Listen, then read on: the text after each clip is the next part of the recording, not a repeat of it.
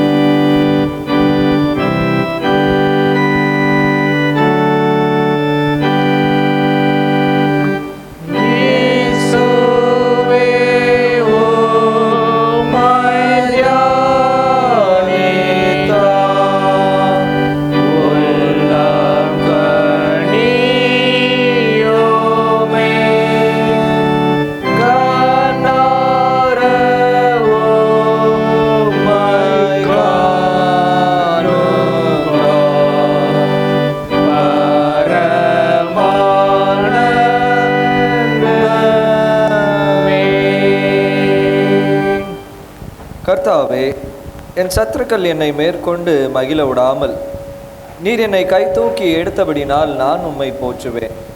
என் தேவனாகிய கர்த்தாவே, உம்மை நோக்கி கூப்பிட்டேன், என்னை நீர் குணமாக்கினீர். கர்த்தாவே, நீர் என் ஆத்துமாவை பாதாளத்திலிருந்து ஏற பண்ணி நான் குழியில் இராதபடிக்கு என்னை உயர்த்தின கர்த்தர். கர்த்தருடைய பரிசுத்தவான்களே, அவரை கீர்த்தனம் பண்ணுங்கள். அவருடைய பரிசுத்தத்தை நினைவு கூர்ந்து அவரை கொண்டாடுங்கள். எங்களை அதிகமாக நேசிக்கிற அன்பின் நல்ல ஆண்டவரே, பரிசுத்தமான மனமகிழ்ச்சியான இந்த கர்த்தருடைய ஓய்வு நாளுக்காக உமக்கு நாங்கள் நன்றி செலுத்துகிறோம். இந்த 9வது மாதத்தின் முதல் வாரத்திற்குள்ளாக நாங்கள் கடந்து வருவதற்கு தேவன் ஜீவன், சுகன், பலன், ஆரோக்கியம் யாவற்றையும் தந்து தொடர்ந்து எங்களை பலப்படுத்தி நேர்த்தியான பாதையில் எங்களை வழிநடத்தி வருகிற நல்ல தேவனாக இருக்கிறபடினாலே உமக்கு நாங்கள் நன்றி செலுத்துகிறோம். இந்த ஆராதனையிலும் உம்மை நாங்கள் நோக்கி பார்க்க, உம்மை தரிசிக்க, உம்மை போற்ற, உம்மை துதிக்க, தொடர்ந்து உம்முடைய வார்த்தைகளின் மூலமாக நாங்கள் பலனடைய இந்த ஐக்கிய பந்தியில் சேர்ந்து கொள்ள தேவரீர் எங்களுக்கு கிருபை பாராட்டி அருள வேண்டும் என்று உம்முடைய சமூகத்தில் ஜெபிக்கிறோம். எங்களை காணப்படுகிற குற்றங்கள், குறைகள், பாவங்கள் யாவற்றையும் மன்னித்து தொடர்ந்து ஆண்டவரே உம்முடைய அன்புள்ள கரத்தினால் எங்கள் ஒவ்வொருவரையும் நீர் அரவணைத்து தெய்வீக சமாதானத்தோடும் சந்தோஷத்தோடும் நிறைவோடும் நாங்கள் கடந்து செல்ல அருள் புரிய வேண்டும் என்று இயேசு கிறிஸ்துவின் மூலமாய் ஜெபிக்கிறோம் அன்பின் பரலோக பிதாவே, ஆமென். தேவனுடைய பரிசுத்த நாமத்துக்கு மகிமை உண்டாக. ஆராதனைக்கு ஆரம்பமாக நாம் யாவரும் எழும்பி நின்று பாமாலையின் 2வது பாடலை நாம் பாடுவோம்.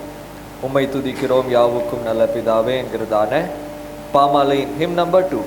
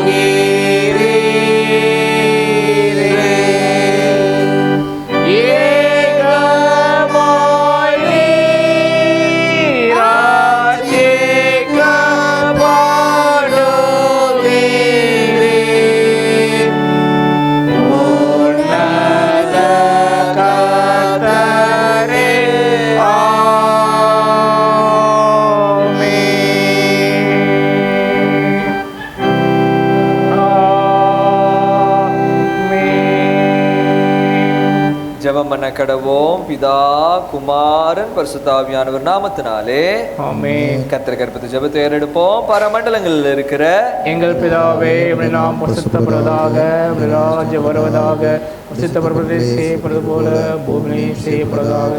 அன்னங்கள் அப்பத்தை எங்களுக்கு தாரும், உலகமா குற்றங்களை மன்னிக்கிறது போல குற்றங்களை எனக்கு மன்னியும், பிரவேசிக்கப்படாமல் தீவிரத்துக் கொள்ளோ. ஆமென்.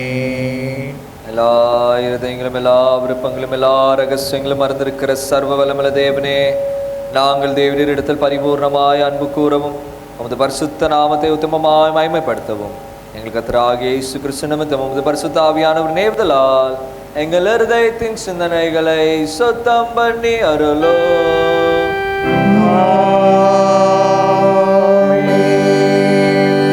நம் இரட்சகராகிய கிறிஸ்து திருவலம் பற்றி சொன்ன வார்த்தைகளாவன, நம்முடைய தேவனாகிய கர்த்தர் ஒருவரே கர்த்தர். உன் தேவனாகிய கர்த்தரிடத்தில் உன் முழு இருதயத்தோடும் உன் முழு ஆத்துமாவோடும் உன் முழு மனதோடும் உன் முழு பலத்தோடும் அன்பு கூர்வாயாக என்பதே பிரதான கற்பனை. இதற்கு ஒப்பாயிருக்கிற இரண்டாம் கற்பனை என்னவென்றால், உன்னிடத்தில் நீ அன்பு கூறுவது போல் பெருநிடத்திலும் நீ அன்பு கூர்வாயாக என்பதே. இவைகளிலும் பெரிய கற்பனை வேறொன்றுமில்லை என்றார்.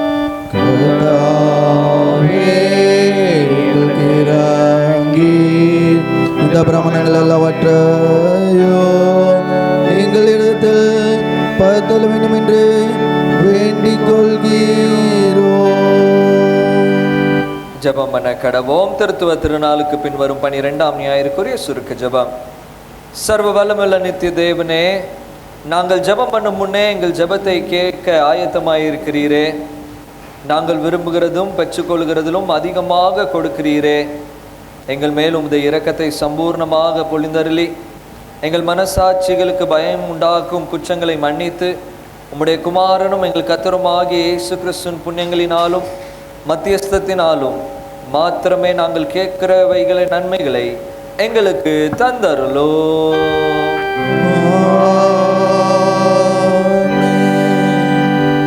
சபையார் அமருவோம். முதலாம் மற்றும் நிருப வேத பகுதியை நாம் வாசி கேட்போம்.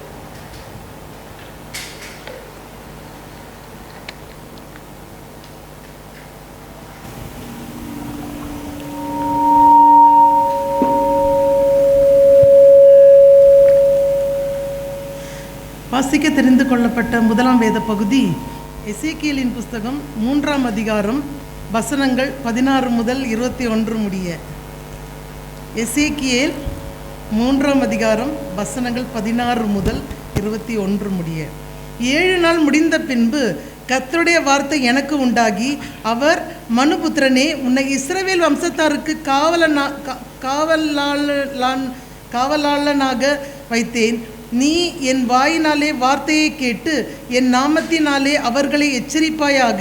சாகவே சாவாய் என்று நான் துன்மார்க்கனுக்கு சொல்லுகையில் நீ துன்மார்க்கனை தன் துன்மார்க்கமான வழியில் இராதபடிக்கு எச்சரிக்கும்படியாகவும் அவனை உயிரோடே காக்கும்படியாகவும் அதை அவனுக்கு சொல்லாமலும் நீ அவனை எச்சரிக்காமலும் இருந்தால் அந்த துன்மார்க்கன் தன் துன்மார்க்கத்திலே சாவான். அவன் இரத்த பழியையோ உன் கையிலே கேட்பேன். நீ துன்மார்க்கனை எச்சரித்தும் அவன் தன் துன்மார்க்கத்தையும் தன் ஆகாத வழியையும் விட்டு திரும்பாமல் போவானாகில் அவன் தன் துன்மார்க்கத்திலே சாவான். நீயோவென்றால் உன் ஆத்துமாவை தப்புவிப்பாய். அப்படியே நீதிமான் தன் நீதியை விட்டு திரும்பி நீதிகேடு செய்யும் போதும் நான் அவன் முன் இடரலை வைக்கும் போதும் அவன் சாவான். நீ அவனை எச்சரிக்காதபடியினாலே அவன் தன் பாவத்திலே சாவான். அவன் செய்த நீதிகள் நினைக்கப்படுவதில்லை. அவனுடைய இரத்த பழியையோ உன் கையிலே கேட்பேன். நீதிமான் பாவம் செய்யாதபடிக்கு நீ நீதிமானை எச்சரித்த பின்பு அவன் பாவம் செய்யாவிட்டால் அவன் பிழைக்கவே பிழைப்பான். அவன் எச்சரிக்கப்பட்டான், நீயும் உன் ஆத்மாவை தப்புவித்தாய் என்றார் என்பது. வாசிக்க தெரிந்து கொள்ளப்பட்ட முதலாம் வேத பகுதி வாசித்து முடிந்தாயிற்று. தேவனே உமக்கே மகிமை உண்டாவதாக.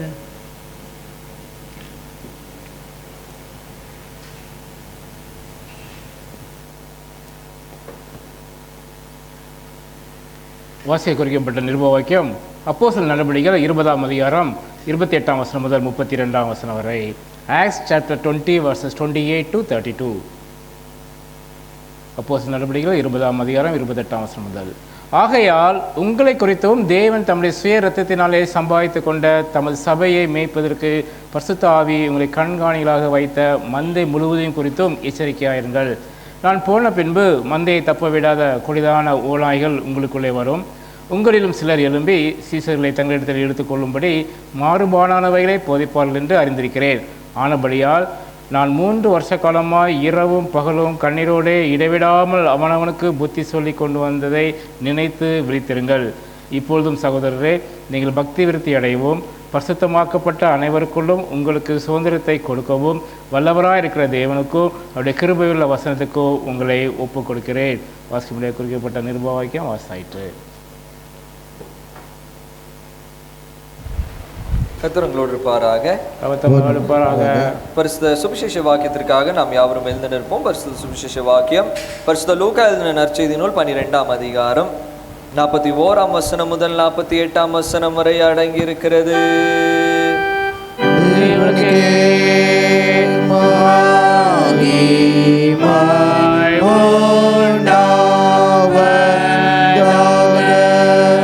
The Holy Gospel is taken from St. Luke chapter 12 verses 41 to 48. லூக்கா எழுதின நற்செய்தி நூல் 12ஆம் அதிகாரம் 41ஆம் வசனம் முதல் இருக்கிற ஆண்டவருடைய வார்த்தையை கேளுங்கள். அப்பொழுது பேதுரு இயேசுவை நோக்கி, ஆண்டவரே, இந்த ஊமையை எங்களுக்கு மாத்திரம் சொல்கிறீரோ எல்லாருக்கும் சொல்கிறீரோ என்று கேட்டான். அதற்கு கர்த்தர், பணிவிடைக்காரருக்கு தகுதியான காலத்திலே படி கொடுக்கும்படி எஜமானன் அவர்கள் மேல் அதிகாரியாக வைக்கத்தக்க உண்மையும் விசுவாசம் உள்ள விசாரணைக்காரர் யாவன். எஜமானன் வரும்போது அப்படி செய்கிறவர்களை காணும்படியான ஊழியக்காரரே பாக்கியவான். தங்களுக்குள்ள எல்லாவற்றின் மேலும் அவனை விசாரணைக்காரனாக வைப்பான் என்று மெய்யாகவே உங்களுக்கு சொல்கிறேன். அந்த ஊழியக்காரனோ, என் எஜமானன் வர நாள் செல்லும் என்று தனக்குள்ளே சொல்லிக்கொண்டு வேலைக்காரனையும் வேலைக்காரிகளையும் அடிக்கவும் புசித்து குடித்து வெறிக்கவும் தடைப்பட்டால், அவன் நினையாத நாளிலும் அறியாத நேரத்திலும் அந்த ஊழியக்காரனுடைய எஜமானன் வந்து அவனை கடுமையாய் தண்டித்து உண்மையில்லாதவர்களோடு அவனுக்கு பங்கை நியமிப்பான். தன் எஜமானனுடைய சித்தத்தை அறிந்தும் ஆயத்தமாயிராமலும் அவனுடைய சித்தத்தின்படி செய்யாமலும் இருந்த இந்த ஊழியக்காரன் அநேக அடிகள் அடிக்கப்படுவான். அறியாதவனாய் இருந்து அடிகளுக்கு ஏதுவானதை செய்கிறவனோ சில அடிகள் அடிக்கப்படுவான். எவனிடத்தில் அதிகம் கொடுக்கப்பட்டிருக்கிறதோ அவனிடத்தில் அதிகம் கேட்கப்படும். மனுஷன் எவனிடத்தில் அதிகமாய் ஒப்பு கொடுக்கிறார்களோ அவனிடத்தில் அதிகமாக கேட்பார்கள் என்றார் என்பது.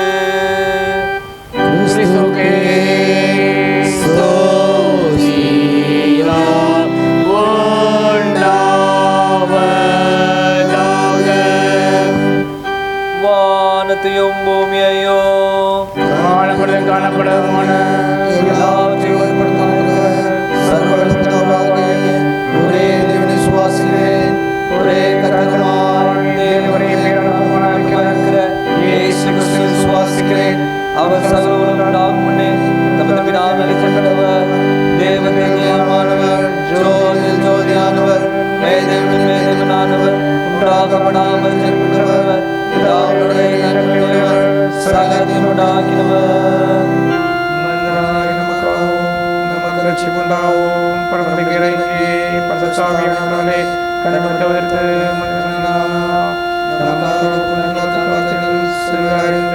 பாடுபட்டு படப்பட்டார். வேதபடி 3ஆம் நாள் உயிர்த்தெழுந்தார். பரமண்டேறி பிதாவால் வாசிக்கிறார். உயிருள்ளவர்கள் மருத்துவரை நியாயத்திற்க மகிமையோடு எதிர்போதுவார். அவருடைய ராஜ்யத்துக்கு முடிவில்லை. கர்த்தருமாய் ஜீவனை கொடுக்கிறவருமாய் பிதாவின் குமாரனுக்கு புறப்படுவருமாய் பிதாவுக்கு குமாரனுக்கு கொடுத்தவரும் சமஸ்தருமாய் தீர்க்கதரிசனம் மூலமாக இருக்கிற பரிசுத்தாவியை விசுவாசிக்கிறேன். ஒரே பொதுவான அப்போஸ்தலரை விசுவாசிக்கிறேன். பாவமன்னிப்புக்கு ஈடுபட்ட ஒரே ஞானஸ்நானத்தை அறிக்கையிடுகிறேன். மரித்தோர் உயிர்த்தெழுதலும் மறுமை நிகழ்ச்சியில் உண்டாக காத்திருக்கிறேன்.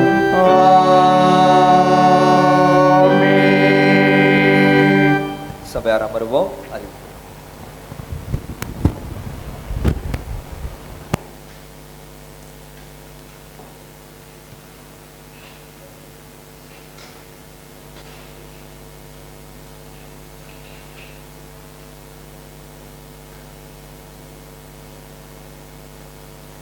அறிவிப்புகள். பிறந்தநாள் வாழ்த்துக்கள். சிஸ்டர் மரியா ஆசிரியர் அவர்கள் தங்களது பிறந்தநாளை செப்டம்பர் மாதம் 9ஆம் தேதி கொண்டாடுகிறார்கள். மகளுக்கு திருச்சபையின் சார்பாக பிறந்தநாள் வாழ்த்துக்களை தெரிவிக்கிறோம். கர்த்தர் கொடுத்த வாக்குத்தத்தம் 2 கொரிந்தியர் 12:9. என் கிருபை உனக்கு போதும், பலவீனத்திலே என் பலம் பூரணமாய் விளங்கும். பிறந்தநாளை கொண்டிருக்கிற மகளுக்காக நாம் கண்களை மூடி ஜெயிப்போமா? கர்த்தாவே யுக யுகமாய் எம் துணையாயினீர்.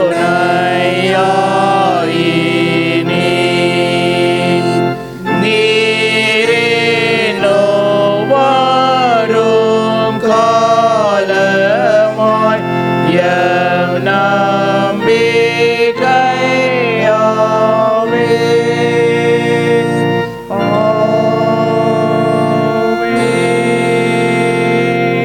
நல்ல பிதாவே, இந்த அருமையான நேரத்துக்காக கோடான கோடி நன்றி ராஜா. இப்பொழுதும் கத்தாவே இந்த வாரத்தில் கத்தாவே தன்னுடைய பிறந்தநாளை கொண்டிருக்கிற மரியா சிஸ்டர் உடைய கருத்தில் நாங்கள் கொண்டிருக்கிறோம் ராஜா.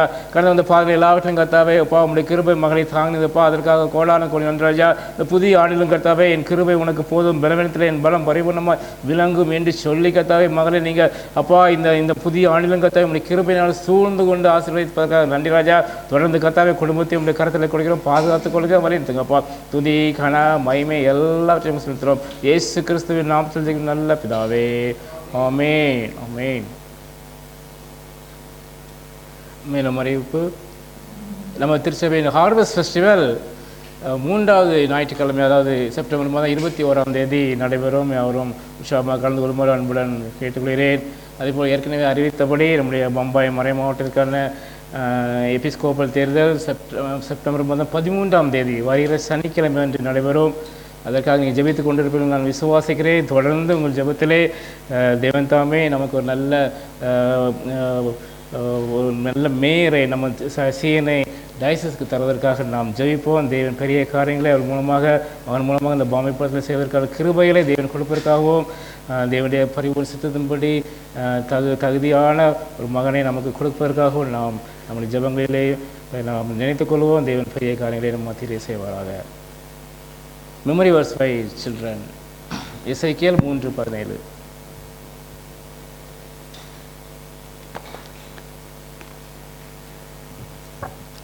மனுபுத்திரனே, உம்மை இஸ்ரவேல் வம்சத்தாருக்கு காவலனாக வைத்தேன்.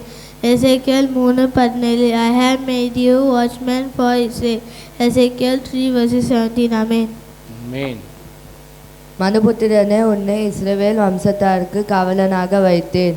எசேக்கியேல் 3:17. I have made you a watchman for the house of Israel. Ezekiel 3:17. Amen. மனுபுத்திரனே, உன்னை இஸ்ரவேல் வம்சத்தாருக்கு காவலனாக வைத்தேன். எசேக்கியேல் 3:17. I have made you a watchman for the house of Israel. Ezekiel 3:17. Amen. Amen.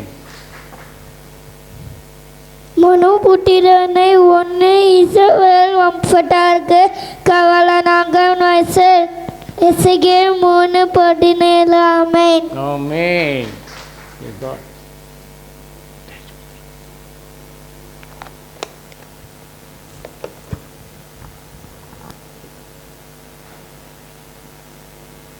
சாட்சி நேரம். தேவன் நம்முடைய வாழ்க்கை செய்த நன்மைகளையும் கிருபைகளையும் ஆசீர்வாதங்களையும் அற்புதங்களையும் நாம் மகிமைக்காக செய்த இந்த நேரத்தை உபயோகப்படுத்திக் கொள்ளலாம்.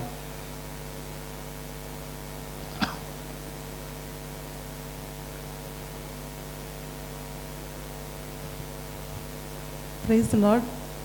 ஒரு மாதம் after a month I am meeting you all. I am very happy to see your faces everyone. நான் அங்கேருந்து திடீர்னு தான் ரீனா வந்து அவளுக்கு ஒரு வேலை வந்தது சென்னையில். எனக்கு வரீங்களா மம்மின்னு கேட்டால், எனக்கு சென்னைனாலே எனக்கு ஒரு ஒரு உள்ளேருந்து ஒரு தனியாக ஒரு சந்தோஷம் வரும். நான் சொன்னேன் உடனே வரேன் அப்படின்னு சொன்னேன். அந்த நேரத்தில் ரிக்கி ரீமாவும் அங்கே இருந்தாங்க, சென்னையில் என் வீட்டில் தான் இருந்தாங்க. நாங்கள் இங்கேருந்து கிளம்பி போகும்போது நல்லா தான், இங்கேருந்து போகும்போது நல்லா தான் போனேன். ஆனால் என்ன கொஞ்சம் ஷோல்டர் ப்ராப்ளம், கை தூக்க முடியாமல் கொஞ்சம் கஷ்டப்பட்டுட்டு இருந்தேன். ஸோ அதனால் நான் எல்லாம் சேர்த்து வச்சு இப்போ அங்கே போய் ஆயுர்வேதிக் ட்ரீட்மெண்ட் எடுத்துக்கலாம்னு சொல்லிட்டு போயிட்டேன்.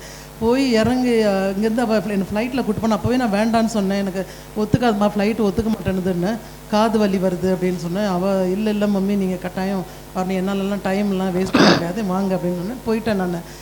அது எனக்கு சீட்டு கொடுத்தது லாஸ்ட்டு சீட்டு, அந்த டெயில் கிட்ட லாஸ்ட் சீட்டு. நான் காதில் அதனால் நிறைய பஞ்சு எடுத்துகிட்டு போயிருந்தேன். போய் நல்லா உள்ளே நல்லா திணிச்சு வச்சுட்டு தான் போனேன். இறங்கும்போது வலி ஒன்றும் இல்லை, எனக்கு காது வலி இல்லை. நான் சொன்னேன் பரவாயில்ல, ஃப்ளைட்டில் காது வலியே வரலறினான்ட்டு இறங்கி போயிட்டேன். வீட்டுக்கு போன உடனே கொஞ்சம் ஒரு மாதிரி கழுத்துக்கிட்டெல்லாம் கொஞ்சம் வலி வந்துட்டு இருந்தேன். அங்கே சரி டாக்டரை போய் காட்டலாம், ஏன்னா சென்னையில் ஃப்ரீ ட்ரீட்மெண்ட் போய் பார்த்தேன் நான். அவங்க பார்த்துட்டு அவர் கேட்டார், உங்களுக்கு சில 2-3 சிம்டம்ஸ் கேட்டார் இருக்குதுன்னு.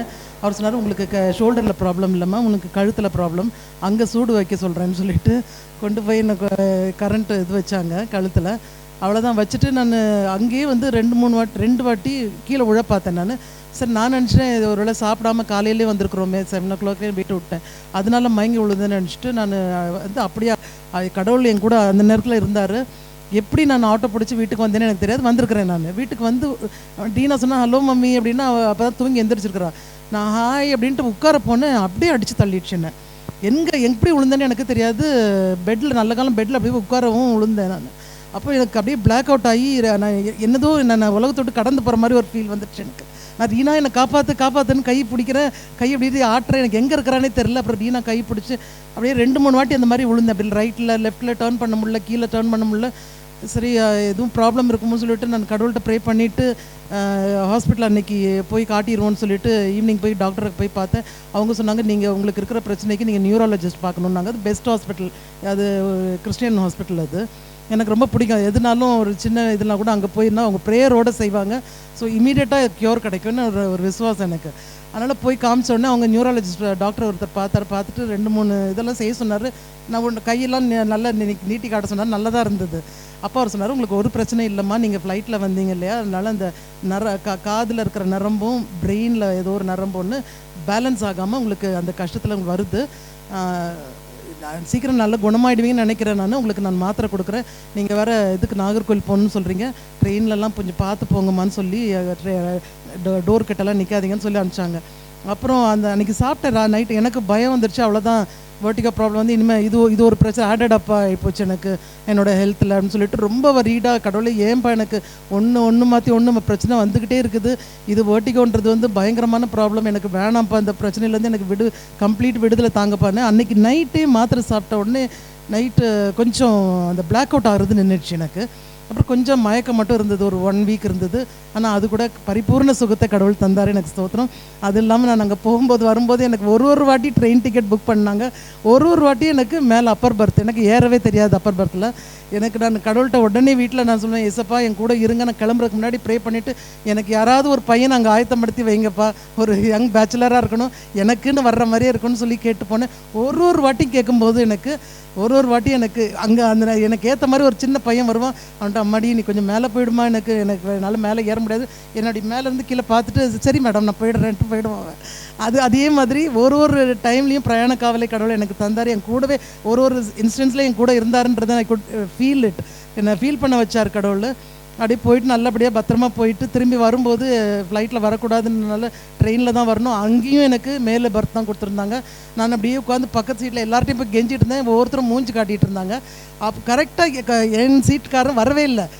கொஞ்சம் ட்ரெயின் கிளம்புற நேரத்துக்கு வந்தாப்புல நான் பையன் பார்த்தா சின்ன பையன், உடனே திருப்பி கேட்டேன், திருப்பி எனக்கு சீட் கொடுத்தா மறுபடியும் ஏறி நான் கீழ் சீட்லேயே படுத்து வந்து இந்த பக்கம் வந்து மும்பை வந்து இறங்க கடவுள் எனக்கு கிருபை செய்தார், என் கூடவே இருந்தாருன்றதை இந்த ஜேர்னியில் நான் முழுமையாக நான் உணர்ந்தேன். நான் அதற்காக கர்த்தரை ஸ்தோத்திரிக்கிறேன். ப்ரைஸ் தி லார்ட். ஃபீவர் இருந்தது, ஃபீவர் கொஞ்சம் கோல்டு இதெல்லாம் இருந்தது. முதல்ல கொஞ்சம் நாள் சாப்பிட்டுட்டு இருந்தால் அதுக்கு திடீர்னு ஒரு நாள் பாலும் குடிக்கல, ரொம்ப சோர்வாக இருந்தோடனே ஜெஸ்ஸும் என் ஹஸ்பண்டும் டாக்டர்கிட்ட கூட்டிகிட்டு போனாங்க. அவர் டாக்டர்ஸ் அவளை பார்த்த உடனே எல்லாம் செக் பண்ணிவிட்டு ஆக்சிஜன் லெவலையும் செக் பண்ணும்போது அது கொஞ்சம் குறைஞ்சிருந்து உடனே எல்லா ட்ரீட்மெண்ட்டும் கொடுத்து அந்த ஜூபிட்டர் ஹாஸ்பிட்டலில் எல்லாம் இருந்ததுனால அது எல்லா ட்ரீட்மெண்ட்டும் கொடுத்து கர்த்தர் அதை குணப்படுத்த கிருபை செய்தார். நான் அது சரியான நேரத்துக்கு அவளை கொண்டு போகிறதுக்கு தேவன் எங்களுக்கு ஞானத்தை கொடுத்தார். அந்த அன்பிற்காக நான் கர்த்தரின் நன்றியுள்ள இருதயத்தோடு சோஸ்தரிக்கிறேன். 2 பேருக்கும் மாற்றி மாற்றி கோல்டு வந்தது, ஆனாலும் அதிலும் தேவன்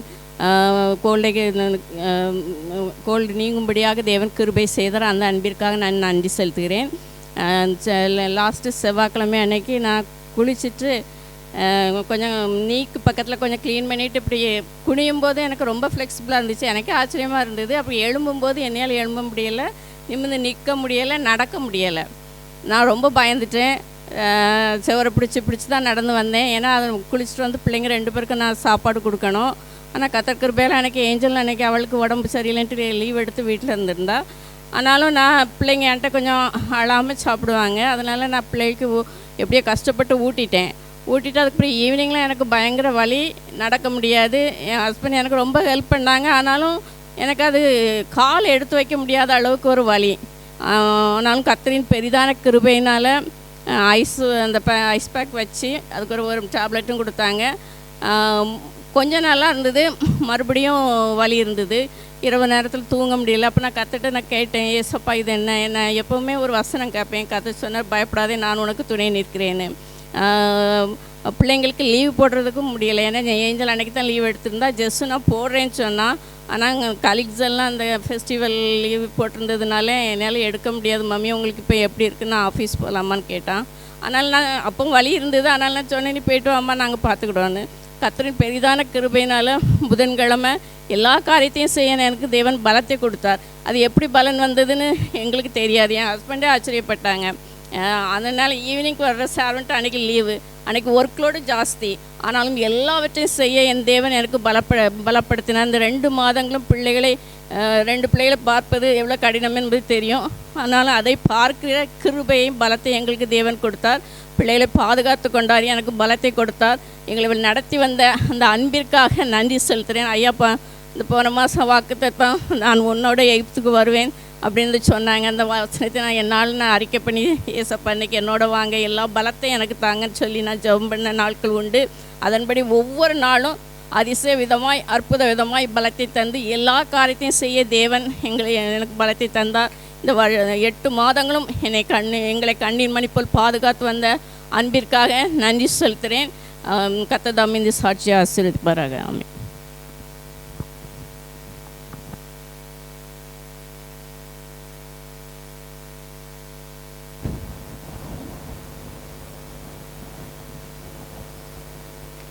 நிலை தாழ்த்தி நாம் ஜெபிப்போம். எங்களை நேசிக்கிற அன்பின் நல்ல ஆண்டவரே, இன்னொரு பரிசுத்தமான ஓய்வு நாளிலே தேவன் எங்களுடைய வாழ்க்கையிலே பாராட்டி இருக்கிற நன்மைகளை எண்ணி பார்த்து ஆண்டவரே சாட்சிகளை பகிர்ந்து கொள்ள தேவரீர் எங்களுக்கு கிருபை பாராட்டினீர். மக்கள் நாங்கள் நன்றி செலுத்துகிறோம். கேட்ட சாட்சிகளுக்காக மக்கள் நாங்கள் நன்றி செலுத்துகிறோம்.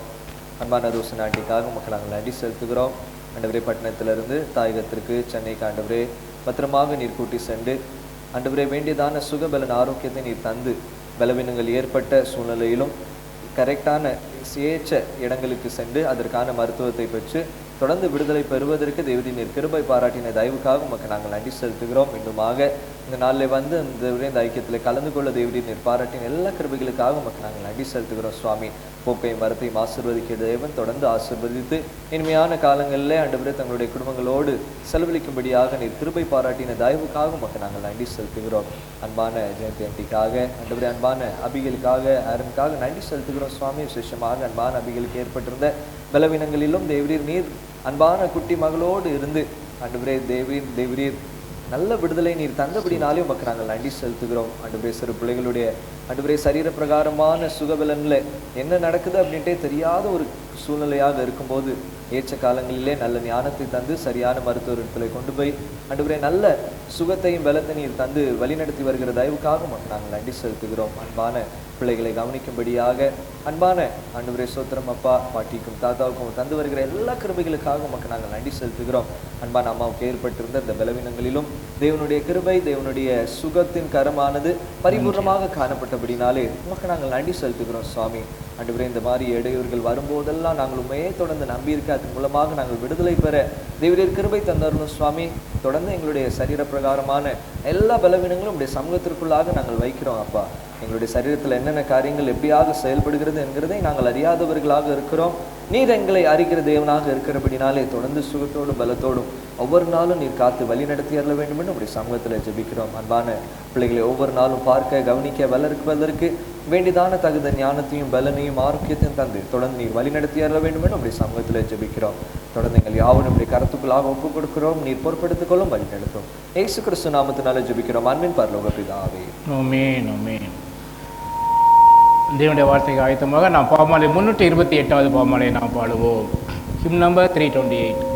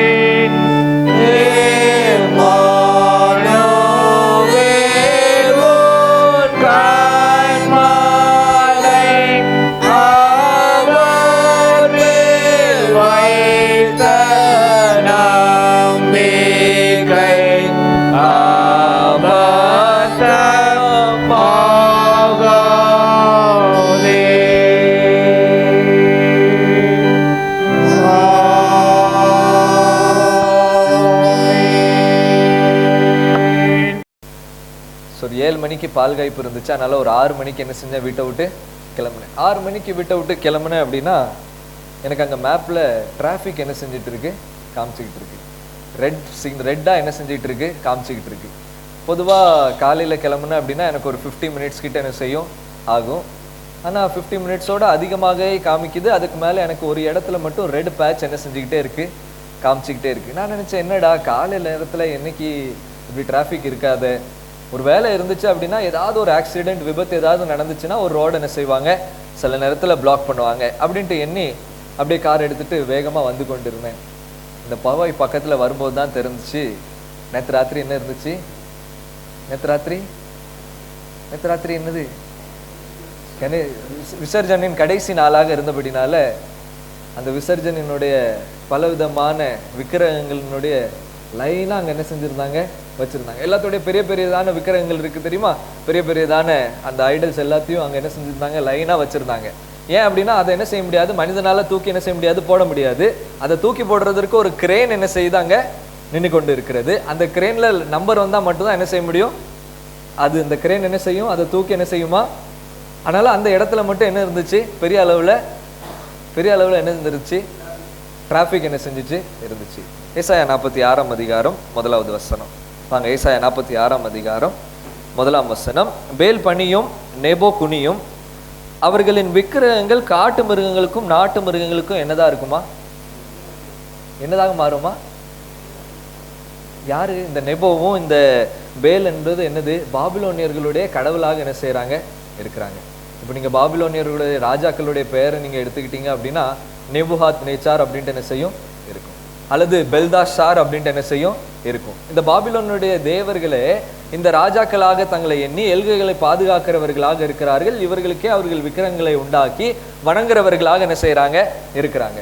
ஒரு காலத்துல ஜெயமாக கொண்டு இஸ்ரவேலின் ஜனங்களை இவர்கள் மேற்கொண்டபடினால எங்கிட்ட தான் என்ன இருக்கு, பவர் இருக்கு, எங்கிட்ட தான் ஜெயம் இருக்கு, எங்களை வீழ்த்துவதற்கு யாரும் இல்லை என்று நினைத்து கொண்டுட்டு இருந்த இந்த தேவர்கள், இந்த தேவ வணக்கங்கள், இந்த விக்கிரக வணக்கங்கள் ஒரு காலத்துக்கு பின்பதாக எப்பொழுது இந்த இஸ்ரவேலுக்கு தேவன் வெற்றியை கொடுத்தாரோ, பெர்சியாவுக்கு தேவன் எப்பொழுது வெற்றியை கொடுத்தாரோ, தேவனுடைய சித்தத்தை எப்பொழுது அவர் நிறைவேற்ற தொடங்கினாரோ, இந்த தேவனுக்கு ஆராதனை செலுத்துவதும் பலி செலுத்துவதும் இவர்களுக்கு என்னதாக மாறி போனதா, சுமையாக என்ன செஞ்சதா, என்ன மாறிட்டா.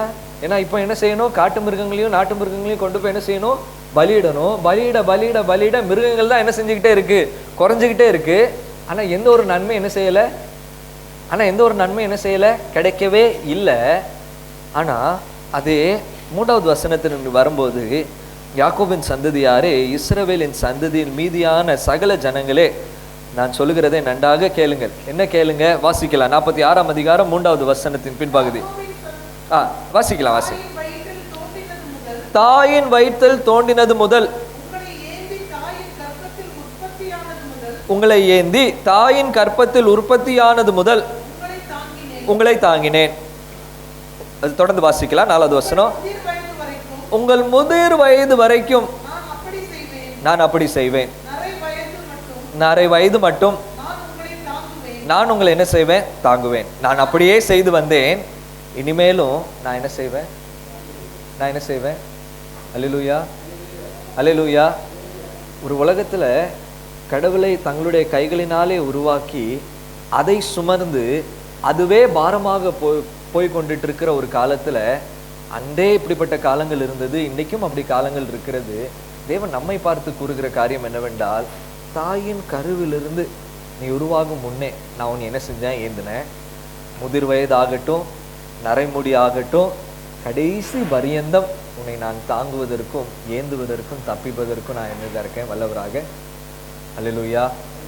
இந்த மாதங்களையும் சரி, நம்மளுடைய வாழ்நாள் முழுவதிலும் சரி, அவரை நம்ம ஏந்துகிறதற்கும் தாங்குவதற்கும் தப்பிப்பதற்கும் வல்லவராக என்ன செய்கிறார்.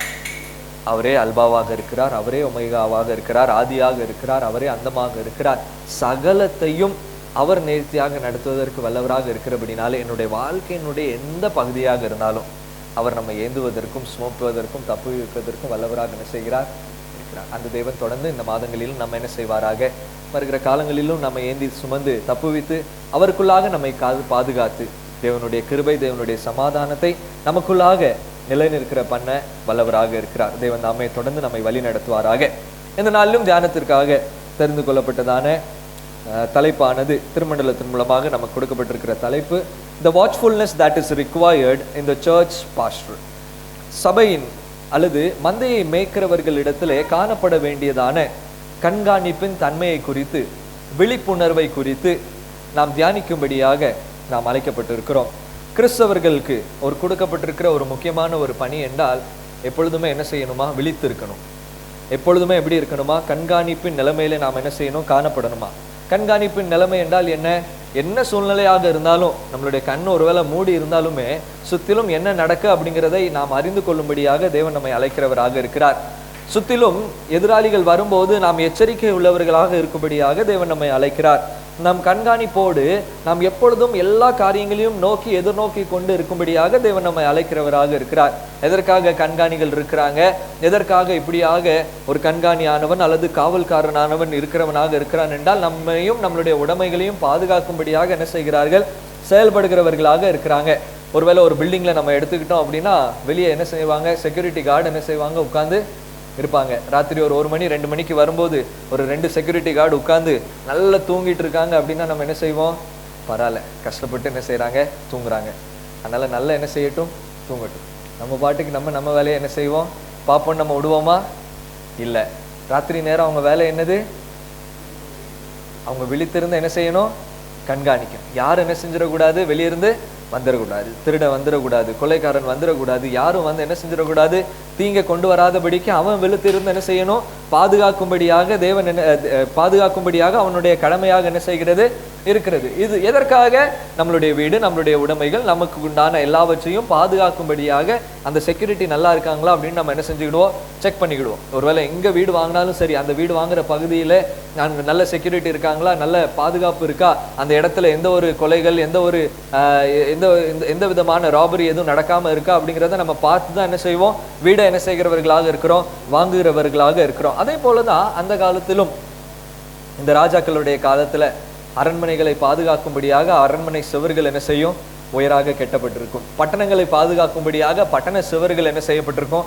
கட்டப்பட்டிருக்கும். அந்த பட்டண சுவர்களிலே மேல என்ன செய்யப்பட்டிருக்கிற ஒரு பெரிய டவர் என்ன செய்யும் இருக்கும். அந்த டவருக்கு மேலாக ஒரு மனிதன் உட்கார்ந்து கொண்டிருப்பான். உட்கார்ந்து கொண்டு எதிராளிகள் வருவதற்கு முன்பதாகவே அவன் என்ன செஞ்சு கொண்டிருப்பான்? விழித்திருந்து பார்த்துக்கிட்டே இருப்பான். ஒரு 50 மைல் தூரத்திலிருந்து எதிராளி வந்தான் அப்படின்னா இப்பவுமே என்ன செஞ்சிருவான்? எச்சரிப்பான். ஒரு எதிராளி என்ன செஞ்சு கொண்டே இருக்கிறான்? வந்து கொண்டே இருக்கிறான். அதற்குள்ளாக யுத்தம் பண்ணும்படியான டாக்டிக்ஸ், யுத்தம் எப்படியாக பண்ணணும், அதற்கான எல்லா விதமான முறைமை என்ன செய்யுங்க, சீக்கிரமா டிசைட் பண்ணுங்க, நம்ம என்ன பண்ணணும் அப்படிங்கிறத எச்சரிக்கும்படியாக என்ன செஞ்சுட்டு இருப்பான்? உட்கார்ந்து கொண்டே இருப்பான். கொஞ்சம் கண் அசந்துட்டா பட்டணம் என்ன செஞ்சிடும்? போயிடும். கொஞ்சம் கண் அசந்துட்டா அந்த அரண்மனையும் அந்த ராஜாவும் என்ன செய்வான்? வீழ்த்தப்படுகிற ஒரு நிலைமையில என்ன செய்வான்? காணப்படுகிறான். இப்படியாக நம்மளுடைய உலக பிரகாரமான ஒரு அரண்மனையும் பட்டணத்தையும் ஒரு உடைமைகளையும் பாதுகாக்கும்படியாக இவ்வளவு காவல்காரர்களை நாம் வைக்கும் போது நம்மளுடைய ஆத்துமாக்களை காவல் காப்பது மிகவும் அவசியமாக என்ன செய்கிறது?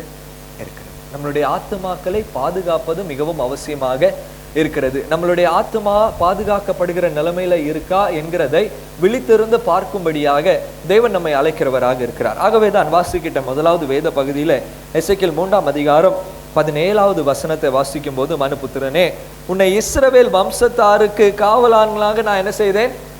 பிள்ளைகள் வசனம் சொன்னாங்களா? என்ன வசனம் சொன்னாங்க? எசேக்கியேல் 3ஆம் அதிகாரம் 17 என்ன வசனமா? மணிபுத்திரனே, உன்னை இஸ்ரவேல் வம்சத்தாருக்கு நான் என்ன செஞ்சிருக்கேன்? எசேக்கியேலை பார்த்து தேவன் கூறுகிறார், நான் உன்னை எதற்காக அழைத்திருக்கிறேன்? இந்த ஜனங்களுக்கு காவல் காக்கும்படியாக. அல்லது ஆங்கிலத்துல பார்க்கும்போது I have kept you as a watchman, I have called you as a watchman அப்படின்னு என்ன செய்யப்படுகிறது? கூறப்படுகிறதாக இருக்கிறது. இந்த எசேக்கியேல் தீர்க்கதரிசி எங்க வராங்க? இந்த சிறைபிடிப்பின் காலத்திற்குள்ளாக, பாபிலோனியருடைய சிறைபிடிப்புக்குள்ளாக கடந்து வரும்போது, இதுவரைக்கும் அவங்க இஸ்ரவேல் நாட்டுல இருந்தாங்க. இஸ்ரவேல் நாட்டுல அவங்க ஒரு பிரதான ஆசாரியராக இருந்து அந்த ஆசாரியத்துவத்திலே பிரதானமாக வரும்படியாக எல்லா பிரயாசத்தையும் பட்டு கொண்டு இருக்கும்போது, இந்த பாபிலோனியர்கள் வந்து 2வது சிறைபிடிப்புல அவங்கள கிறிஸ்துக்கு முன்பதாக 597வது வருஷத்துல என்ன செய்யறாங்க? பாபிலோனுக்கு கொண்டு போறாங்க. அந்த பாபிலோன்ல கொண்டு போனா அங்க பாபிலோனுக்கு கலாச்சாரம், பாபிலோனுக்கு தேவர்கள், பாபிலோனுடைய பலவிதமான பிராக்டிசஸ் எல்லாமே என்ன செஞ்சு கொண்டே இருக்கிறது? நடந்து கொண்டே இருக்கிறது. இந்த சூழ்நிலையிலே தேவன் எசேக்கியேலை பார்த்து கூறுகிறார், ஐயா, இங்க ரொம்ப மாறுபட்டதான ஜனங்கள் இருக்கிறாங்க, ரொம்ப வித்தியாசமான ஜனங்கள் இருக்கிறாங்க.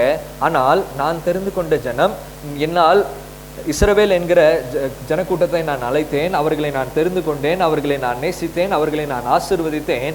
அவர்கள் தொடர்ந்து அந்த நிலைமையில இருக்கும்படியாக, அவர்களை எச்சரிக்கும்படியாக, அவர்களை காவல் காக்கும்படியாக நான் என்ன செஞ்சிருக்கிறேன், உன்னைய கூட்டு வந்திருக்கேன். அப்போ இந்த 1-2 அதிகாரம் எசேக்கியேல வாசிக்கும் போது அந்த ஆசாரியத்துவத்திலிருந்து ஒரு தீர்க்க தரிசன ஊழியத்தை தேவன் என்ன செய்கிறவராக இருக்கிறார், தருகிறவராக இருக்கிறார். அந்த தீர்க்க தரிசன ஊழியம் எதற்காக என்றால், இந்த இஸ்ரவேலின் ஜனங்களை காவல் காக்கும்படியாக தேவன் எசேக்கியேலை என்ன செய்கிறார், அழைக்கிறவராக இருக்கிறார். அப்போ காவல் காக்கிறவர்கள் அல்லது கண்காணிகளுக்கு இருக்க வேண்டியதான ஒரு 3 தன்மைகள். முதலாவது தன்மை என்னது, இந்த கண்காணி பொறுப்புள்ளவனாக என்ன செய்ய வேண்டும், காணப்பட.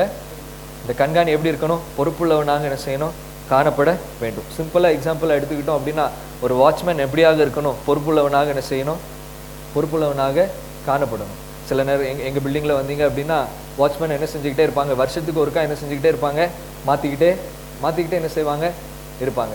அப்போ புது வாட்ச்மேன் வந்திருந்தான் அப்படின்னா நம்ம அப்படி பைக் எடுத்துகிட்டு போனோம்னா, சார் காஞ்சானே அப்படின்ட்டு என்ன செய்வான், கேட்பான். நம்மளை பார்த்து கேட்டால் நமக்கு என்ன வரும், நமக்கு என்ன வரும், ஒரு புறத்தில் கோபம் வரும். ஆனால் இன்னொரு புறத்தில் அவன் வேலையில் எப்படியாக இருக்கான், அவன் வேலையில் கரெக்டாக இருக்கான், அவன் வேலையில் பொறுப்பாக இருக்கான். அவனுக்கு நான் யாருன்ட்டு என்ன செய்யாது தெரியாது. அதில் வேற ஒரு பேக்கையும் ஒரு இதையும் மாட்டிட்டு போனால் அவன் நம்மளை என்ன தான் நினைப்பான், ஸ்விக்கிக்காரன் தான் என்ன செய்வான் நினைப்பான். அதில் எந்த சந்தேகமும் கிடையாது. அப்போ நம்மளை பார்த்து கேட்கும்போது ஒரு புறத்தில் கோபம் வருது, ஆனால் இன்னொரு புறத்தில் என்னது இருக்குது, அவன் பொறுப்பாக தன்னுடைய வேலையை என்ன செய்கிறான் செய்யும்போது அவனை பார்த்து எப்போ நான் இங்கே தான் என்ன செய்கிறேன் இருக்கேன், அறிமுகம் என்ன செஞ்சுக்கிடும், பர நம்ம என்ன செய்கிறோம் ஆயிரும் அப்படின்ட்டு தான் நம்ம என்ன செய்வோம், உள்ளே போவோம். அதே போல தான் இங்கே எசேக்கியேலை தேவன் அழைக்கிறபடினாலே தேவன் ஒரு அழைப்பை வைத்திருக்கிறார், ஒரு திட்டத்தை வைத்திருக்கிறார், ஒரு நோக்கத்தை வைத்து தேவனால் அவன் அழைக்கப்பட்டவனாக இருக்கிறபடினாலே அவன் பொறுப்புள்ளவனாக இருப்பதற்கு என்ன செய்யப்பட்டிருக்கிறான், அழைக்கப்பட்டிருக்கிறான். எப்படியாக பொறுப்புள்ளவனாக அழைக்கப்பட்டிருக்கிறான், மீண்டுமாக வாசிக்கலாம். எசேக்கியேல் 3:17 மனுபுத்திரனே, உன்னை இஸ்ரவேல் வம்சத்தாருக்கு காவலனாக வைத்தேன். நீ என் வாயினாலே வார்த்தையை கேட்டு என் நாமத்தினாலே அதை என்ன செய்வாயாக. நீ என்ன செய்யணுமா, இவனுக்கு என்ன வேலை கொடுக்கப்பட்டிருக்கு, நீ என்ன செய்யணுமா, என் வாயிலிருந்து புறப்படுகிற வார்த்தை என்ன செய்யணும், வாயினாலே வருகிற வார்த்தையை நீ என்ன செய்யணும், கேட்கணும். கேட்டு அந்த வார்த்தையை அவர்களுக்கு என்ன செய்யணும், சொல்லணும் அல்லது எச்சரிக்கணும். இந்த வார்த்தையை நீ சொல்லாமல் விட்ட அப்படின்னா, இந்த வார்த்தையை கண்டிப்பா சொல்லாம விட்ட அப்படின்னா உன்னுடைய பொறுப்பு என்ன செய்யலை, இங்க முடியலை, உன்னுடைய பொறுப்பு முடியலை. இந்த இஸ்ரவேல் வம்சத்தாருக்கு தேவனுடைய வார்த்தை முன் மூலமாக நான் என்ன செய்கிறேன், அனுப்புகிறேன் அப்படின்ட்டு தேவன் எசேக்கியேலை பார்த்து என்ன செய்கிறவராக இருக்கிறார், கூறுகிறவராக இருக்கிறார். எவ்வளவாக இந்த எசேக்கியேல் தேவனுடைய வார்த்தையை கேட்கிறானோ அவ்வளவாக ஜனங்கள் காக்கப்படுகிறவர்களாக என்ன செய்யறாங்க. அப்ப எவ்வளவாக இவன் பொறுப்புள்ளவனாக இருக்கிறானோ அவ்வளவாக ஜனங்கள் என்ன செய்யறாங்க, காக்கப்படும். இவனுடைய பொறுப்பிலே இவன் கொஞ்சம் ஆகிலும் சோம்பலாக காணப்பட்டான் என்றால் ஜனங்கள் இந்த காவல்ல இருந்து என்ன செய்கிறாங்க, வேறுபடுகிறவர்களாக, பாடுக்குள்ளாக கடந்து செல்கிறவர்களாக என்ன செய்யறாங்க, இருக்கிறாங்க. ஆகவேதான் இவனுக்கு கொடுக்கப்பட்டிருக்கிற பொறுப்பை முற்றிலுமாக நிறைவேற்றுவதற்கு எசேக்கியேல் அழைக்கப்பட்டவனாக இருக்கிறான். நான் உன்னை தெரிந்து கொண்டேன் என்று சொல்லுகிற எசேக்கியேலுக்கு சொன்னது பிரகாரமாக நம்மை பார்த்து தேவன் என்ன கூறியிருக்கிறார், நான் என்ன செஞ்சிருக்கிறேன், உங்களை தெரிந்து கொண்டிருக்கிறேன். எப்படி தெரிந்து கொண்டிருக்கிறேன், என்னுடைய சொந்த ஜனமாக நான் என்ன செஞ்சிருக்கிறேன், தெரிந்து கொண்டிருக்கிறேன். பரிசுத்த ஜாதியாக உங்களை என்ன செஞ்சிருக்கிறேன், தெரிந்து கொண்டிருக்கிறேன். ஆசாரிய கூட்டமாக நான் உங்களை என்ன செஞ்சிருக்கிறேன், தெரிந்து கொண்டிருக்கிறேன். நான் இது இப்படி எல்லாம் தெரிந்து கொண்டபடினாலே, என்னுடைய சொந்த ஜனமாக நான் உங்களை தெரிந்து கொண்டபடினாலே, நம்மளை பார்த்து ஆண்டவர் என்ன கூறுகிறவராக இருந்தார். அன்னைக்கு நான் எசேக்கியேலோடு மட்டும்தான் பேசினேன், ஆனால் இன்னைக்கு நான் உங்க எல்லாரோடு என்ன செய்கிறவனாக இருக்கிறேன், பேசுகிறவனாக இருக்கிறேன். இந்த வேதத்தின் மூலமாக நீங்கள் என்னுடைய வார்த்தையை கேட்பது அதிகமான பொறுப்புள்ளவர்களாக நாம் என்ன செய்யப்படுகிறோம், காணப்படுகிறோம். அல்லேலூயா.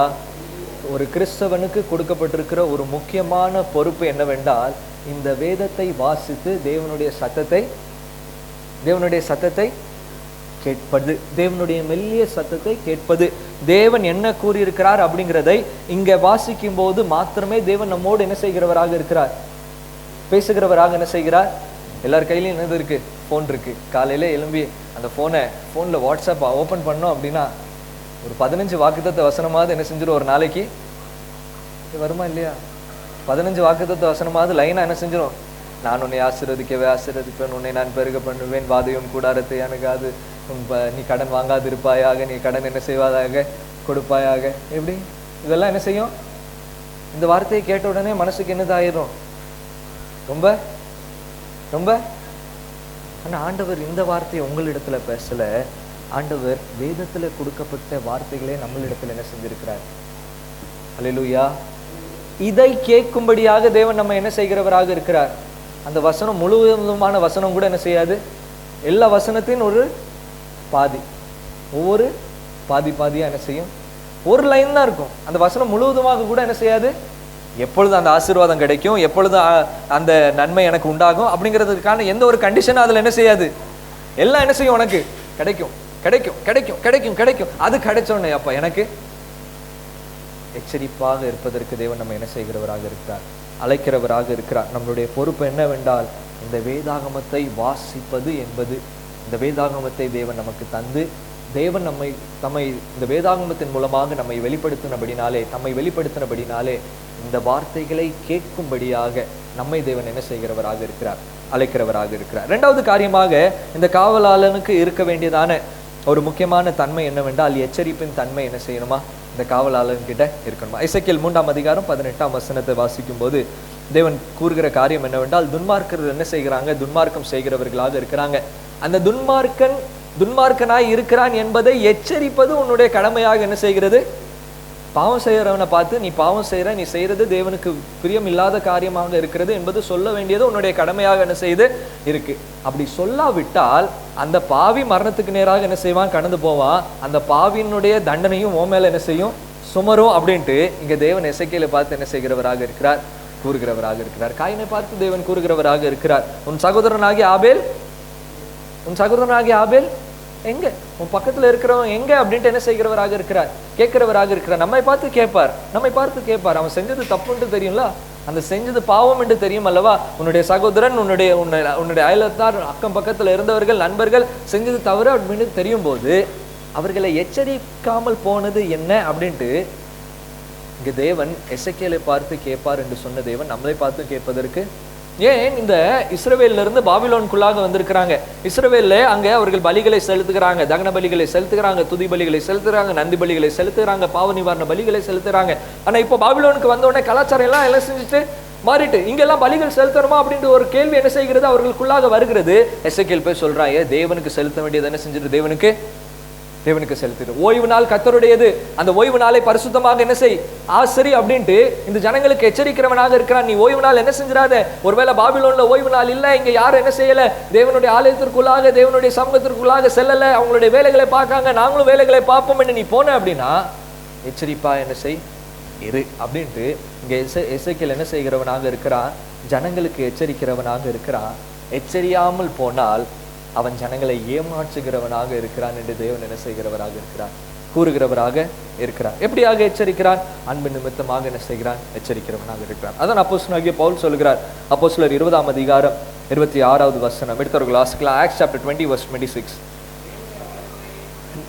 தேவனுடைய ஆலோசனையில் ஒன்றையும் நான் மறைத்து வைக்காமல் எல்லாவற்றையும் நான் என்ன செஞ்சுட்டேன், உங்ககிட்ட தேவனுடைய ஆலோசனைகள் எல்லாவற்றையும் ஒன்றையும் மறைக்காம நான் என்ன செஞ்சுட்டேன், உங்ககிட்ட அறிவிச்சிட்டேன். தேவன் எப்படிப்பட்டவர், தேவனுடைய தன்மை என்ன, எல்லாவற்றையும் நான் என்ன செஞ்சுட்டேன், உங்ககிட்ட அறிவிச்சிட்டேன்.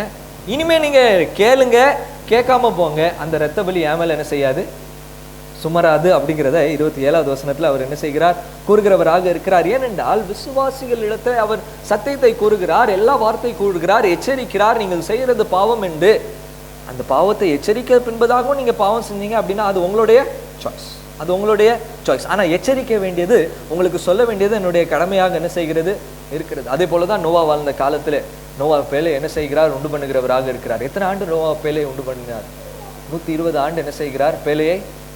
எத்தனை ஆண்டு 120 ஆண்டுல எத்தனை பேர் அவர்கிட்ட கேட்டிருப்பாங்க, என்னத்தை பண்ணிட்டு இருக்கீங்க, நாங்கள் ஒரு பேலையை பண்ணிட்டு. எதுக்கு பேலையை பண்றீங்க, ஏன்னா மழை பெய்யும். மழைனா இல்ல, தேவன் ஜனங்களை என்ன செய்ய போகிறாரு, 40 நாள் இரவும் பகலும் மழை பெய்யுது, பூமியை தேவன் என்ன செய்கிறார், அழிக்க போகிறார். ஜனங்கள் பார்த்து என்ன சொல்லியிருப்பாங்க, உங்களுக்கு என்ன பிடிச்சிருக்கு, இதெல்லாம் நடக்கிற காரியமா இல்ல, தேவன் சொல்லியிருக்கிறார் 40 நாள் இரவும் பகலும் என்ன செய்யும், மழை பெய்யும். எச்சரிப்பின் சத்தத்தை 120 ஆண்டுகளாக அவர் எல்லா இடத்துலையும் சொன்னாரு. இப்படி ஒரு காலம் நடக்கும், இப்படி ஒரு காரியம் நடக்கும், நீங்கள் என்ன செய்யுங்க, எச்சரிக்கையா இருங்கன்ட்டு எவ்வளவோ சொல்லி பார்த்தாரு. ஆனா யாரும் என்ன செய்யல, கேட்கல. எதனால இவரால் சொல்ல முடிந்தது? எப்படியாக இவர் இவ்வளவு தைரியமாக சொன்னார்? இப்படி ஒரு காரியம் இதுவரை நடக்கவே இல்லை. ஆனாலும் அவர் எப்படியாக இந்த காரியத்தை அவ்வளவு தைரியமாக வலியுறுத்தி சொன்னார் என்றால், தேவன் சொன்னா அது சொன்னபடிதான், அதுல எந்த மாற்றமும். அல்லேலூயா. ஒரு புறத்துல தேவனுடைய வார்த்தையை கேட்கும்படியாக இந்த வேதாகமத்தை வாசிப்பதற்கு நாம் அழைக்கப்பட்டிருக்கிறோம். இன்னொரு புறத்துல அந்த வாசித்த அந்த வேதாகமம் நமக்கு எதை கற்றுக் கொடுக்குதோ அதை செய்வதற்கும் நாம் அழைக்கப்பட்டவர்களாக என்ன செய்யறோம்? தேவன் மன்னி அப்படின்னு சொன்னா நம்ம மன்னிச்சுதான், தேவன் அன்பு காட்டு அப்படின்னு சொன்னா நம்ம அன்பு காட்டிதான், பொறாமை கொள்ளாதன்னு சொன்னா பொறாமை கொள்ளாம, தேவன் தாழ்மையா இருன்னு சொன்னா தாழ்மையா இருந்துதான் ஆகணும், தேவன் விட்டு கொடுன்னு சொன்னா நம்ம விட்டு கொடுத்துதான். அதுல எந்த ஒரு மாற்று கருத்துமே, அந்த மாற்று கருத்து இருந்துச்சு அப்படின்னா நாம் எச்சரிப்புக்குள்ளாக கடந்து செல்கிறவர்களாக என்ன செய்கிறோம் இருப்போம். கண்காணியானவன் பொறுப்புள்ளவனாக இருக்கிறான், கண்காணியானவன் எச்சரிக்கிறவனாக இருக்கிறான், கண்காணியானவன் காக்கிறவனாக என்ன செய்கிறான். மூன்றாவது காரியமாக கண்காணியானவன் காக்கிறவனாக என்ன செய்கிறான். வாட்ச்ஃபுல்னஸ் is a characteristics of guarding. ஒரு புறத்துல மேய்ப்பனானவன் மந்தையை மேய்ச்சி கொண்டு இருக்கும்போது, ஆடுகளை மேய்ச்சி கொண்டு இருக்கும்போது, எப்போ ஓநாய் வருகிறது, எப்பொழுது சிங்கம் வருகிறது, எப்போ கரடி வருகிறது, எந்த திசையிலிருந்து வந்து என்னுடைய ஆடுகளை பீறி போட போகிறது என்பதை குறித்து எச்சரிக்கையாய் ஒரு புறத்துல இருக்கிறான். இன்னொரு புறத்துல இந்த ஆடுகளை பார்த்து கொண்டே இருக்கிறான். எல்லா ஆடும் ஒன் போல என்னது இல்லை கிடையாது. ஒரு ஆடு மலை உச்சியில போய் என்ன செய்யும், நிற்கும். ஒரு பாறைக்கு மேலாக போய் என்ன செய்யும், நிற்கும். கொஞ்சம் அந்த பாறையிலேருந்து ஸ்லிப் ஆச்சுன்னா எங்க போய் விழும், நேர பாதாளத்துக்குள்ளாக தான் போய் என்ன செய்யும், விழும். சில ஆடுகள் எங்கேயாவது போய் மாட்டிக்கிட்டு கிடக்கும். ஒரு முள்ளுக்குள்ளாக போயிட்டு அப்படின்னா முள்ளுகளுக்குள்ளாக என்ன செஞ்சுக்கொள்ளும், மாட்டிக்கொள்ளும். ஆகவே இந்த ரெண்டு கண்காணிப்புலேயும் அவன் என்ன செய்கிறவனாக இருக்கிறான். ஒரு புறத்துல எதிராளிகள் வந்து யாரும் என்னுடைய ஆடுகள் என்ன செஞ்சிடக்கூடாது, பறித்து போயிடக்கூடாது அப்படிங்கிறதையும் எச்சரிப்புள்ளவனாக இருக்கிறான். இன்னொரு புறத்துல இருக்கிற ஆடுகள் என்ன செஞ்சிடக்கூடாது, வழி தப்பி போயிடக்கூடாது அல்லது வலிவி விழுந்துடக்கூடாது அப்படிங்கிறதுலையும் எச்சரிக்கையா இருக்கிறான். நம்மை பார்த்து தேவன் கூறுகிறவராக இருக்கிறார். விசுவாசத்திலே இருக்கிறவர்களை நிலைநிறுத்தும்படியாக நாம் காவலாளர்களாக காணப்படுவதற்கு, நாம் காவலாளர்களாக இருந்து விசுவாசிகளை காக்கும்படியாக தேவன் நம்ம என்ன செய்கிறவராக இருக்கிறார், அழைக்கிறவராக இருக்கிறார். ஏன் ஏன் ஏன் அப்போஸ்தலர் 20ஆம் அதிகாரம் 30வது வசனத்தை வாசிக்கலாம். Acts chapter 20 verse 30. உங்களிலும் சிலர் எழும்பி சீஷர்களை தங்களிடத்தில் இழுத்துக் கொள்ளும்படி மாறுபாடானவைகளை போதிப்பார்கள் என்று என்ன செய்திருக்கிறேன். பவுல் என்ன சொல்றாரா, யார் மத்தியிலிருந்து எழும்புவாரா, உங்களிலிருந்து சிலர் கிளம்பி தங்களுக்கென்று சீஷர்களை இழுத்துக் கொள்ளும்படியாக எதை போதிப்பார்களா. எத்தனை வருஷம், 2000 வருஷத்துக்கு முன்பதாக ஆங்கில வேதாகமம் சொல்லுகிறது, they will preach that is twisted அல்லது distraught ஆன things. என்ன செஞ்சிருவாங்களா, ட்விஸ்ட் பண்ணி காரியங்கள் என்ன செய்வாங்களா, அப்படியே உண்மையை பேசுற மாதிரி தான் இருக்கும். ஆனால் அந்த உண்மையில என்னது இருக்குமா, கொஞ்சம் என்ன இருக்கும், உண்மையில கொஞ்சம் பொய் இருந்தால் மட்டும்தான் அது பொய்யா என்ன செய்யும். ஃபுல்லா பொய் இருந்துச்சு அப்படின்னா அது பொய் அப்படின்ட்டு யாருமே என்ன செய்ய மாட்டோம். ஒரு பொய்யில எவ்வளோ பொய் இருக்குன்னு தெரியுமா, ஒரு வாக்கியத்துல 80% உண்மை 20% பொய்யா இருந்தா மாத்திரம்தான் அது பொய்ன்ட்டு என்ன செய்யப்படும். சொல்ற புரியுதா? 100% பொய்யா இருந்துச்சுன்னா யாருமே என்ன செய்ய மாட்டாங்க, ஏற்றுக்கொள்ள மாட்டாங்க. ஆகவே 80% உண்மையை சொல்ற மாதிரியே இருக்கும்.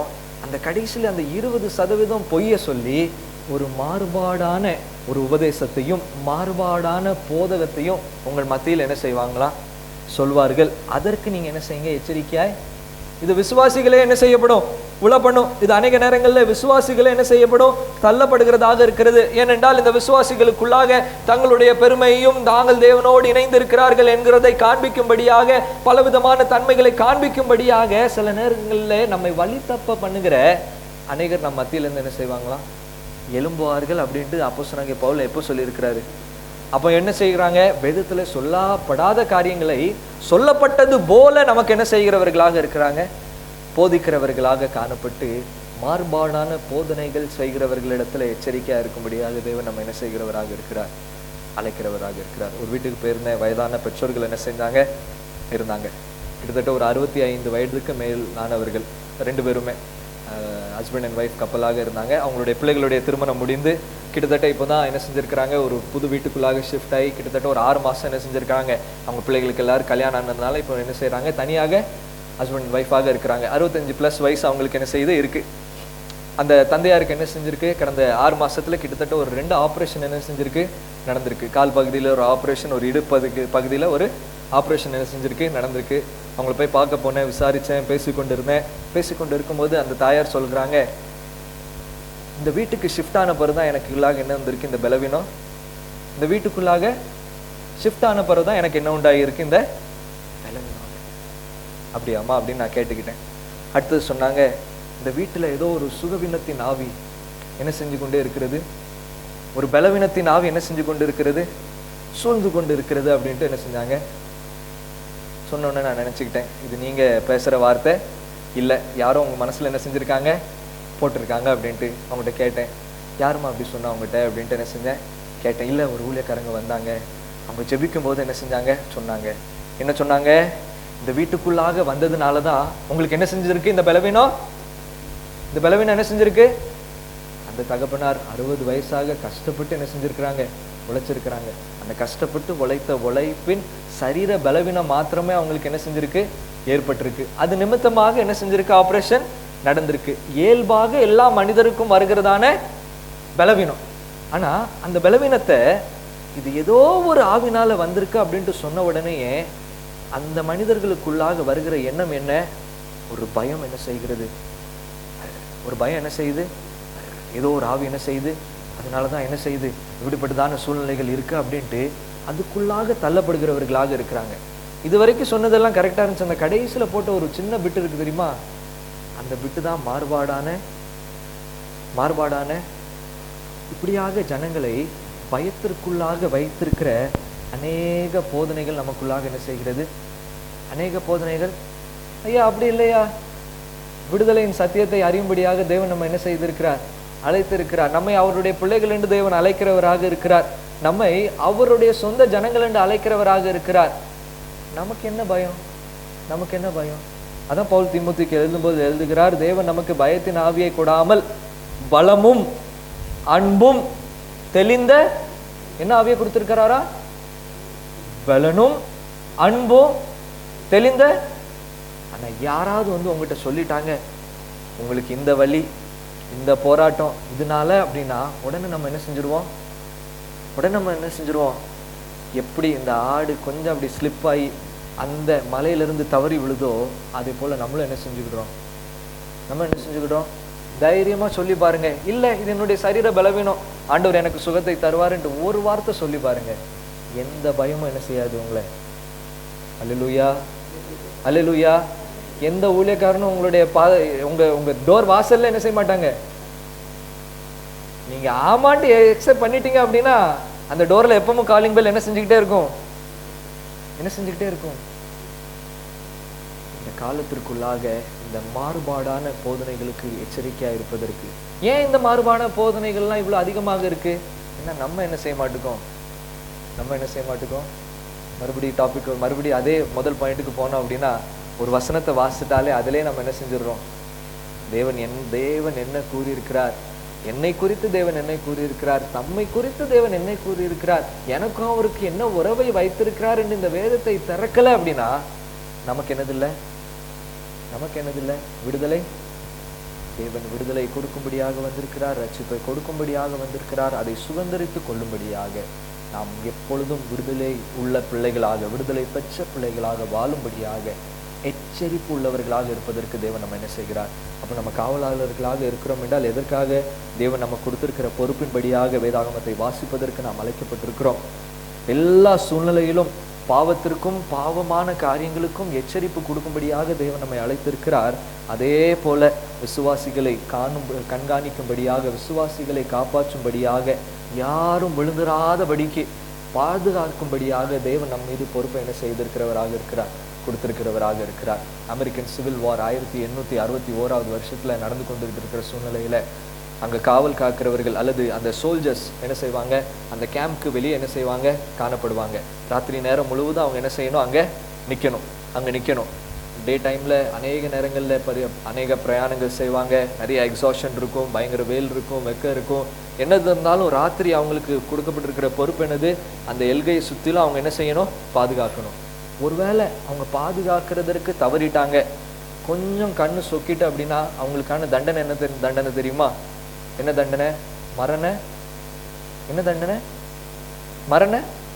1861ஆம் வருஷத்துல எப்படியாக ஒரு சோல்ஜர் என்ன செஞ்சு கொண்டு இருந்தாங்க? நின்று கொண்டு இருந்தாங்க.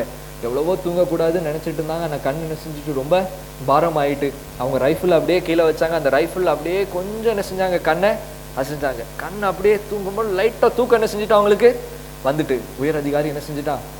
உயர் அதிகாரி அவன் தூங்கினதை என்ன செஞ்சுட்டான்? பார்த்துட்டான். அங்கேருந்து ஓடி வந்தான். அதுக்கு அடுத்த நாளே அவனுக்கு சொல்லிட்டான், உனக்கு என்ன தண்டனை? மரண. உனக்கு என்ன தண்டனை? மரண. மரண தண்டனை. அவங்க குடும்பத்தார் வராங்க, மேல் மனு எழுதுறாங்க, ப்ளீ ஆஃப் மர்சி என்ன செய்யறாங்க? இரக்கத்தின் என்ன செய்யறாங்க? எடுக்கிறாங்க, கொண்டு போய் கோர்ட்டில் போய் கொடுக்குறாங்க. கொடுத்துட்டு சொல்றாங்க, என்ன செய்யுங்க? இறக்கம் காண்பீங்க அப்படின்ட்டு என்ன செய்யறாங்க? ப்ளீ ஆஃப் மர்சி கொண்டு போய் காமிக்கிறாங்க. கோர்ட் சொல்லுது நோ. கோர்ட் சொல்லுது நோ. கொஞ்சம் அசந்தாலும் என்ன தண்டனை தான்? என்ன தண்டனை தான்? மரண. எது யாருக்காவது பாதிப்பு கொடுத்துருக்கானா? யாரையாவது பிரச்சனைக்குள்ளாக அன்னைக்கு ஏதாவது நடந்துச்சா? எதுவுமே நடக்கல. அதுக்கு பின்பதாக போய் ஆபிரகாம் லிங்கன் இடத்துல என்ன செய்யறாங்க? அந்த போர் வீரனை கொண்டு போய் நிப்பாட்டுறாங்க. என்ன செஞ்சுட்டான்? தூங்கிட்டான். அந்த ஆபிரகாம் லிங்கன் சொல்றான், ஒரு முறை என்ன செஞ்சிருங்க, அவனை மன்னித்து ஒரு முறை என்ன செய்யுங்க? அவனை மன்னித்து, அவன் போர் வீரனாக இருக்கிறபடினாலே நீங்கள் போர் வீரர்களாக இணைந்து அவனை கொலை செய்வதற்கு எனக்கு என்னதில்ல, மனதில்லை. ஒரு முறை அவனுக்கு என்ன செய்யுங்க? இரக்கத்தை காண்பீங்க அப்படின்ட்டு அவனுக்கு என்ன செய்கிறான்? கொடுக்கிறவனாக இருக்கிறார். இங்க ஆபிரகாம் லிங்கன் என்ன செய்கிறவராக இருக்கிறார்? இரக்கத்தை காண்பிக்கிறவராக இருக்கிறார். தேவனும் நம் மீது அதிக இரக்கத்தை என்ன செய்கிறவராக இருக்கிறார்? காண்பிக்கிறவராக இருக்கிறார்.